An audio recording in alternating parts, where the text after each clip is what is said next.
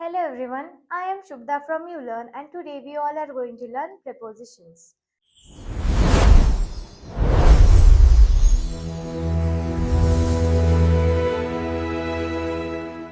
आज आपण शिकणार आहोत की prepositions म्हणजे काय. सगळ्यात आधी आपण डेफिनेशन पाहूयात. Prepositions are the words that show relationship between two things. Prepositions हे असे शब्द असतात जे दाखवतात रिलेशनशिप, कशामधलं, दोन वस्तूंमधलं रिलेशन दाखवतात. यामध्ये मी दिलेले तुम्हाला one subject plus one object, म्हणजे सब्जेक्ट म्हणजे व्यक्ती आणि ऑब्जेक्ट म्हणजे वस्तू. ठीक आहे, म्हणजे ह्या दोन्ही मिळून दोन गोष्टी झाल्या, राईट. मग एक सब्जेक्ट आणि एक ऑब्जेक्ट मधलं रिलेशन, किंवा दोन सब्जेक्ट्स मधलं म्हणजे दोन व्यक्तींमधलं रिलेशन, किंवा दोन ऑब्जेक्ट्स मधलं म्हणजे दोन वस्तूंमधलं रिलेशन दाखवण्याचं काम हे प्रेपोजिशन्स करत असतात. सगळ्यात आधी आपण पाहूयात व्हेअर. प्रेपोजिशन्सने आपल्याला कळतं की पोझिशन, व्हेअर कुठे, लोकेशन आपल्याला कळतं. ठीक आहे, जसं की जर मला म्हणायचंय मी घरून आले, I came from my home. I हे झालं एक सब्जेक्ट, राईट, आणि कुठून आले तर घरून आले. Home is the second thing. So from ह्या प्रेपोजिशनने कळतं की मी घरापासून आले आहे. Right now I am at ULearn.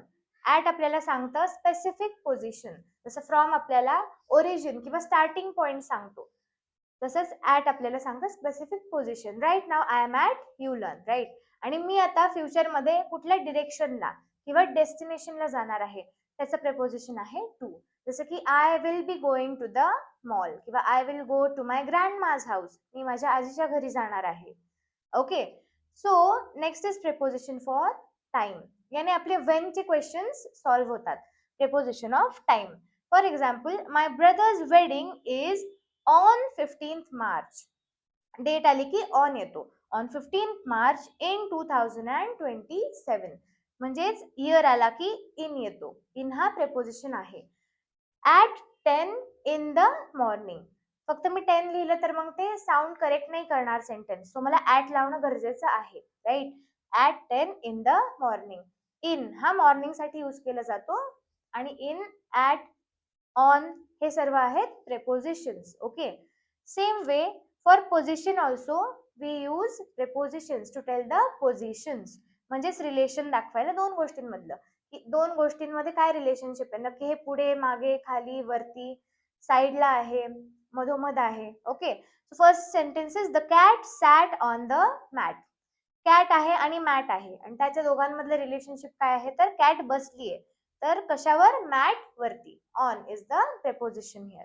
Same way the documents are inside the folder. Documents आहेत आणि फोल्डर आहे, आणि डॉक्युमेंट्स कुठे आहेत, inside the folder. Inside is a preposition. The board is behind me. आता बोर्ड आहे आणि मी आहे, तर बोर्ड कुठे आहे, माझ्या पाठीमागे आहे. The board is behind me. आणि same way with respect to me जर मला सांगायचं असेल तर I am standing in front of the board. यामध्ये इन फ्रंट ऑफ हेही प्रेपोजिशन आहे. आय होप तुम्हाला प्रेपोजिशन्स बऱ्यापैकी कळाले असतील. तुम्हाला जर का डिटेलमध्ये इथे इनच का लागलं, इथे ऑनच का लागलं, इथे ॲटच का लागलं, अशा पद्धतीने जर तुम्हाला इंग्लिश लँग्वेज शिकायची असेल तर तुम्ही युलर्न स्पोकन इंग्लिश क्लासेसला नक्की विजिट करा. अधिक माहिती तुम्हाला डिस्क्रिप्शन बॉक्समध्ये मिळून जाईल. Have a nice day everyone. Thank you so much. Bye.